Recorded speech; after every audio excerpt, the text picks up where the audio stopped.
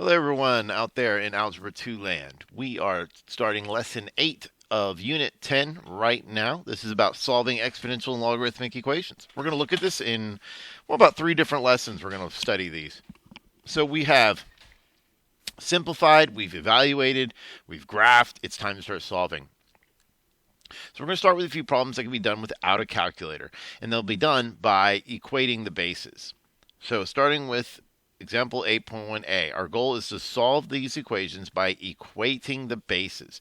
So in an exponential expression, recall that the base is this number here that the x is a power of. So if I stick with 2 for the base on the left, but on the right, I can rewrite 32 in terms of 2 to the 5th, because 32 is 2 to the 5th power. And now, this is something that should make sense, that if 2 to the x is equal to 2 to the 5th, that implies that x must equal 5. Well, it turns out that that's true for a lot of things in math, but really not everything. What makes it true is that the exponential function is what we call a one-to-one function.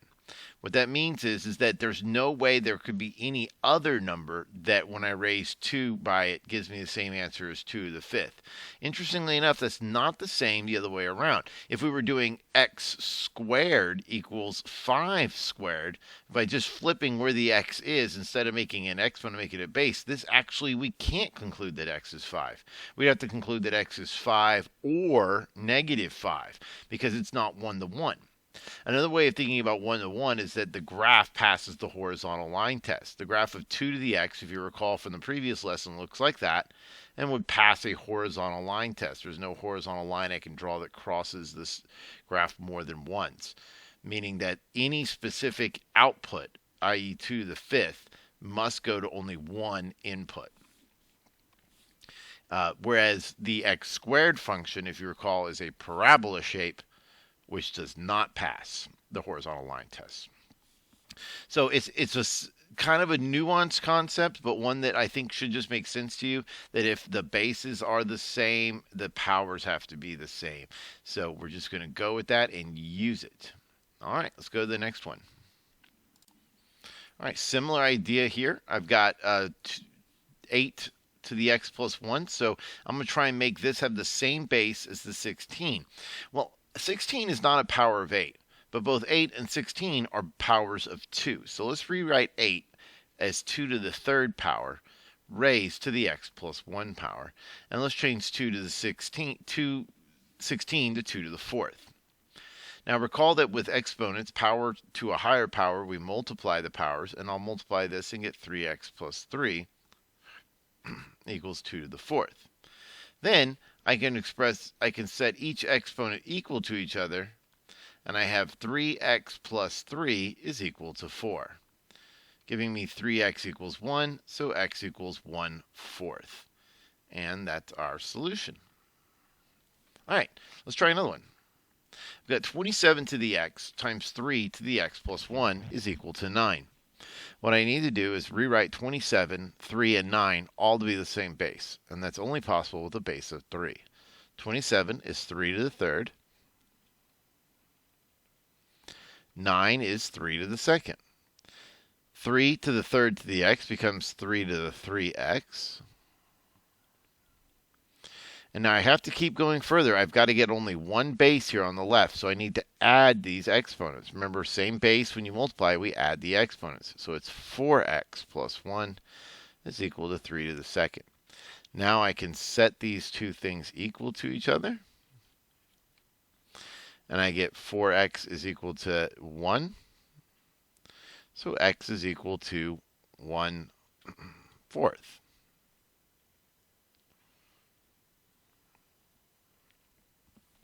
All right, let's try the next one. All right, 36 to the x equals 1 over 216. 36 is 6 squared. And 1 over 216 is 6 to the negative 3, because 6 cubed is 216. So when I multiply power to power, I get 2x, and then we'll set 2x equal to negative 3. So x is equal to negative 3 over 2 is our solution. All right, there we have it. All right, I have some practice problems for you to do, A, B, and C. If you would please pause the video and give those a try, and then we'll go over them. All right, this first one, you would just set 5x equal to 5 to the negative 2. And then by the one-to-one property of exponentials, we know that x equals negative 2 is our solution. Let's try another one. I've got 9 to the 2x plus 3 equals 27 to the x minus 1. I'll rewrite 9 as 3 squared. And 27 is 3 cubed. And then power to power, we multiply, and I get 4x plus 6. So that's 3 to the 4x plus 6 is equal to 3 to the 3x minus 3. Now, I can set each of these powers equal to each other since the bases are equal, and I get 4x plus 6 equals 3x minus 3, which is x equals negative 9. All right, on this next one, we're going to have to do a little bit more work on this one. 4 is 2 squared, and 8 is 2 cubed. So this becomes 2 to the x times 2 to the 2x minus 2 equals 2 to the third. But I'll need to add these exponents, so this will become 2 to the 3x minus 2 is equal to 2 to the third. Which I can then rewrite as 3x minus 2 equals 3. Because if 2 to the 3x minus 2 is equal to 2 to the third, then the exponent 3x minus 2 must equal 3. So 3x must equal 5 when I add 2 to both sides, and so x is equal to 5/3. All right, that's it for those. All right, on our next problems, for example 8.2, we're going to solve the following exponential equations using logarithms. So for this one, we're going to need to use a calculator to get a decimal approximation. So I will show you how to do that. I'm also going to show you how to write your answer exactly, which is usually the way it's written on like, non-calculator portions, say of the AP calculus exam. So let me just set this to always be on top here, and we'll get started. So the first one is 3 to the x equals 10. Well, I can't solve this like I did the previous problem because I can't rewrite 10 as any power of 3. But we can think about what number this needs to be. Since 3 to the second is 9 and 3 to the third is 27, we'd expect this value to be something closer to 2 than 3. But it's a number in between 2 and 3. In fact, it's an irrational number that we can only get using a calculator's logarithm function. So what we do, whenever there is an x as a variable up in the sky, is you beat it down from the sky with a log. So we take the log of both sides. And you can use the log base 10, or the natural log, or any other log if you want to use the change of base formula. This is the log of 10. Now, if you recall from your properties of logarithms, when you have an exponent inside a logarithm, we can change that to multiplication. And that's what makes this little technique so effective, is that now I've changed this problem into a very simple problem. And the log of 10 is actually just 1. We don't usually get to simplify it that much, but we do here. Now that I know that, this is just a basic, algebra problem. X times something equals something else. So I divide both sides by the log of 3. And I get x is equal to 1 divided by the log of 3. And that would be the way you would say your answer exactly, but we're going to get a decimal approximation just to make this more worthwhile. So I'm using a TI-89 emulator. They have the natural log as second x. The log function is usually diamond 7, but it's not on this one. This is not like the real deal, though.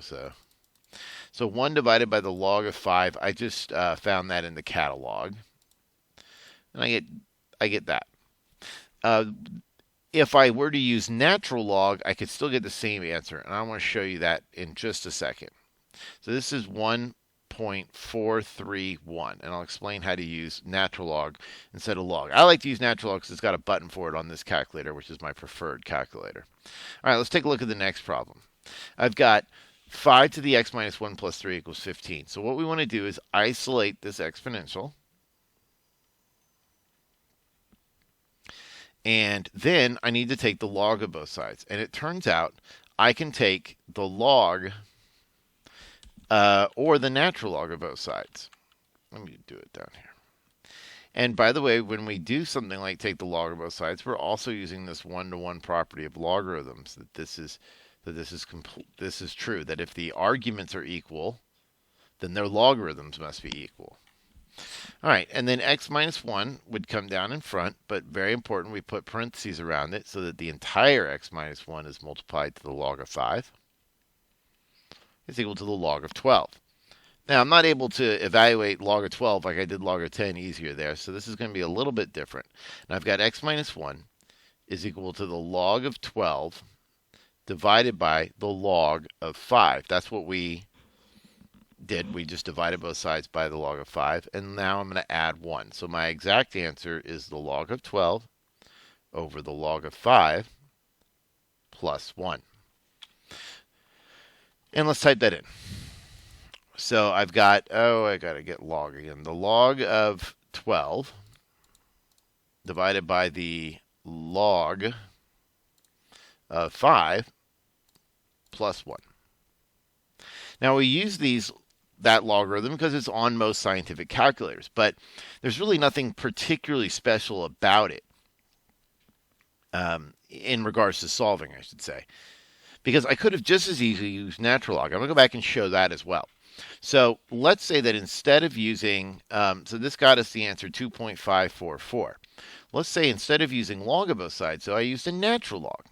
And most scientific calculators or graphing calculators have a log button and a natural log button. This one has a natural log button, and the log button's a little bit trickier to find. Your calculator will vary, but you're going to have a natural log button. But it doesn't matter. As long as you've got one log button, you've really got them all. So I'm going to instead take the natural log of both sides. All the same properties still exist. And then the natural log of 12 divided by the natural log of 5 instead of log. But we learned that to change a base formula. So that's fine. As long as I use the same log base on top and bottom of this expression, it doesn't change anything. So I'll make it natural log.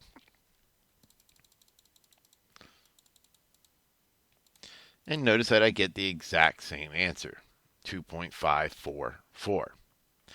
And you might think I could have actually taken the log base 5.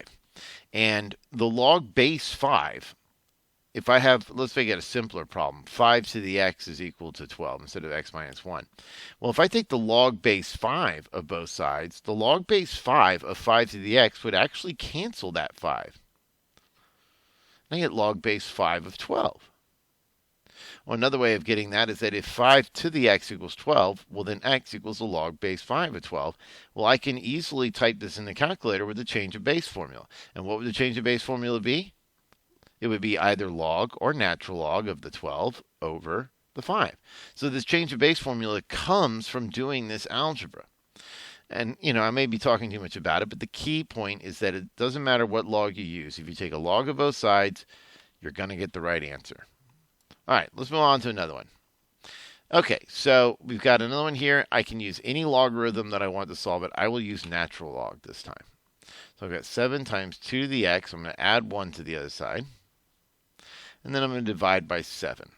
And I think that is 34. Now, I'm going to take the natural log of both sides. And as we discussed, I could take the log of both sides or the natural log. I'm just going to use natural log since it's easily on my calculator here. X comes down here, and I get x times the natural log of 2 equals the natural log of 34. So my answer is the natural log of 34 over the natural log of 2. That's what we call our exact value. But we can get a numerical estimate, a decimal value here, by doing the natural log of 34 divided by the natural log of 2. And we get 5.087.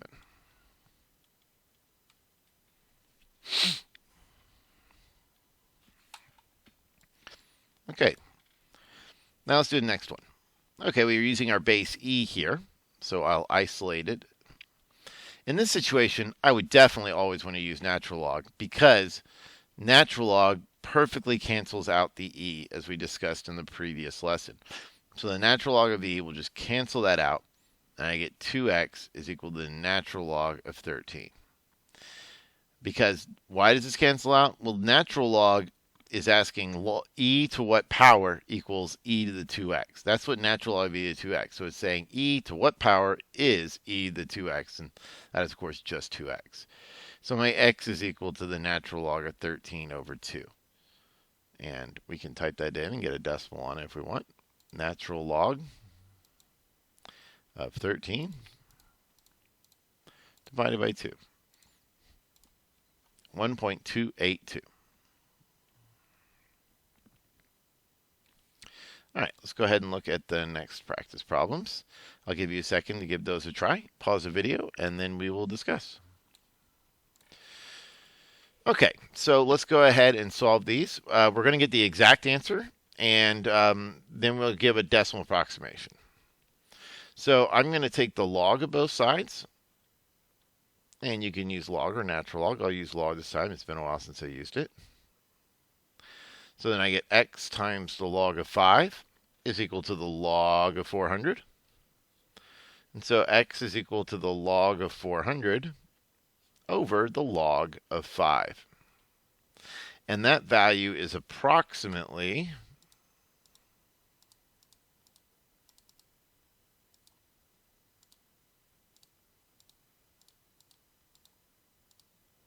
3.723. All right, let's try the next one. I'm going to add 1 to each side. Again, I'm working to isolate the exponential and divide by 2. Then I'll take the natural log of each side, and the natural log of e will cancel out. So it's just 2x equals the natural log of 39 over 2. So x is equal to the natural log of 39 over 2 all over 2. And so when I type that in, I need to make sure that I have 39 over 2 there, then over 2 on the outside.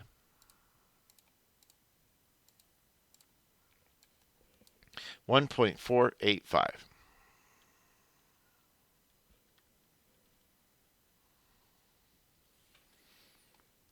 All right, 400 times 1.05 to the x. Let's divide both sides by 400. And 650 over 400, we could reduce that, not too hard probably. 13 over 8. All right, I'll take the natural log of both sides here.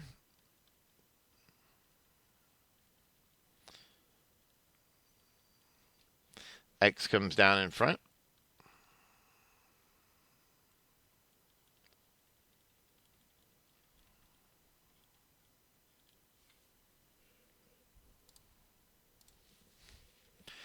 And finally, we'll divide both sides by the natural log of 1.05. So the natural log of 13 over 8 divided by the natural log of 1.05 is approximately, let's type that in.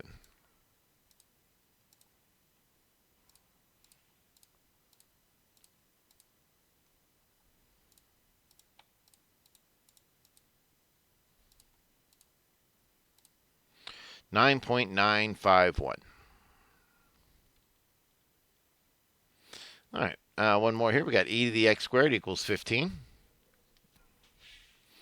So I'll take the natural log of both sides, giving me x squared equals the natural log of 15. Then I'll take the plus or minus square root of both sides. So plus or minus the square root of the natural log of 15. That's what I need to do, plus and minus. So this is the square root of the natural log of 15. Which turns out to be plus or minus 1.646.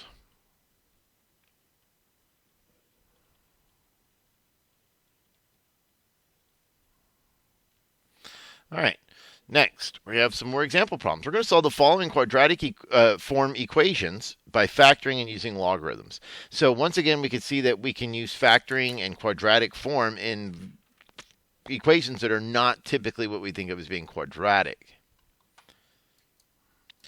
So looking at this first one, I have e to the 2x minus 3x plus 2 equals 0.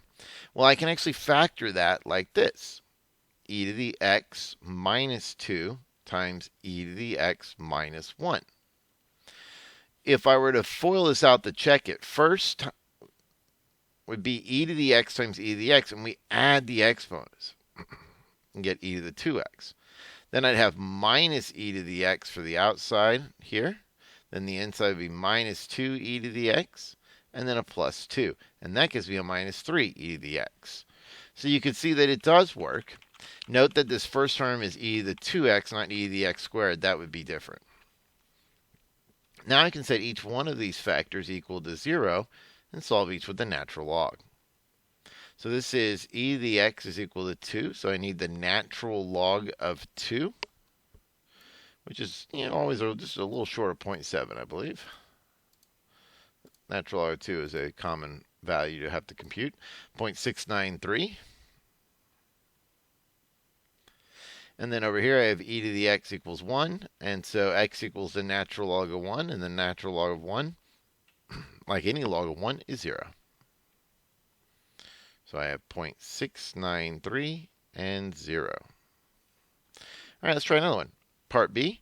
I've got e to the 2x plus 5e to the x minus 14 equals 0. I can factor this.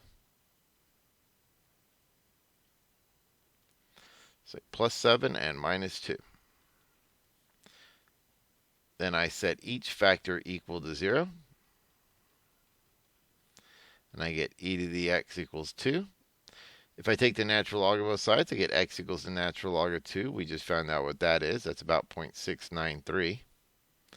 And this becomes e to the x equals negative 7. Now, e to some power can't equal a negative number, or if I take the natural log of both sides, the natural log of a negative is undefined. So this is undefined. So we only get one answer here of 0.693. All right, let's look at a couple application problems. A population of mongooses on a tropical island is growing annually by an average of 6% per year. If the population is 100 right now, in how many years will the population be 200? Okay, the population is 100 right now, and how many years will the population be 200? So I've got 100 is the starting amount, times it's growing annually, so 1 plus 0.06 per year. And we want to know how many years will the population be 200? Well, we just have to solve that. So let's isolate the exponential. I'll divide both sides by 100. Go ahead and combine that in the middle. 1.06t equals 2. Take the natural log of both sides. And I get t is equal to the natural log of 2 over the natural log of 1.06. And that value is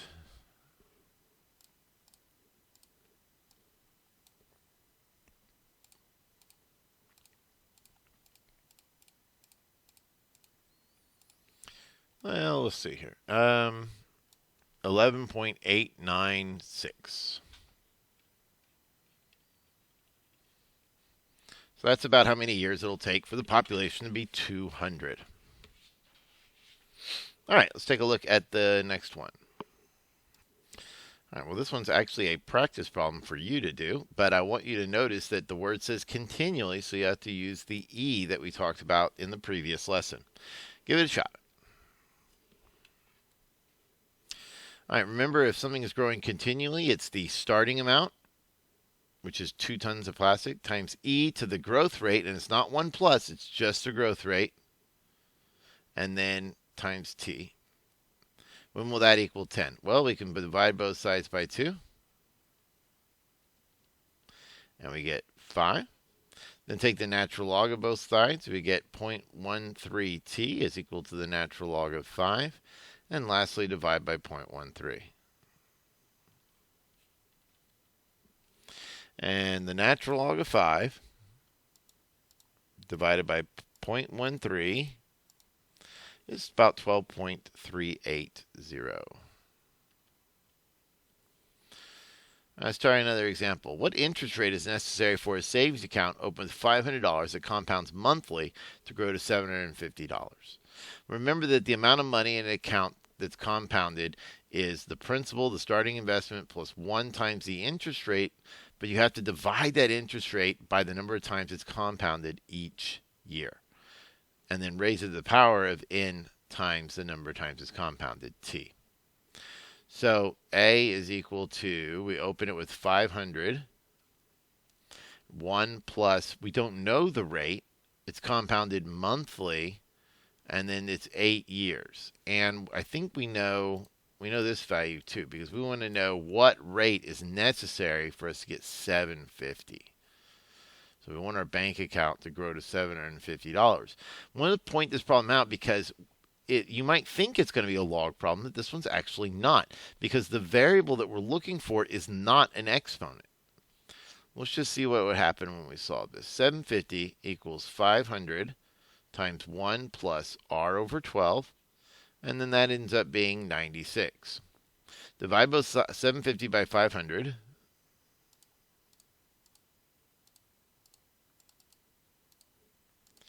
Which is 1.5, so 1.5. And I've got 1 plus r over 12 to the 96. Well, you have to take the 96th root of both sides. And technically, it'd be the plus or minus 96th root, but we're not going to have, we're not going to worry about that right now. So we'll do the 96th root. All right, and 1.5 to the 96, 1 over 96 power. So watch as I type that in. 1.5 to the 1 over 96 power. That ends up being 1.0423. That's equal to 1 plus r over 12. We can easily solve that. You get 0.0423 is equal to r over 12. And then multiply both sides by 12.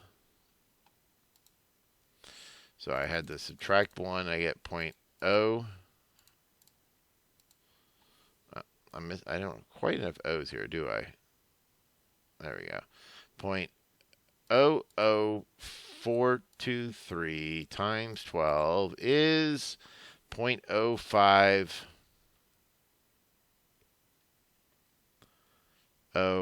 I'll say 76, or approximately 5.076%.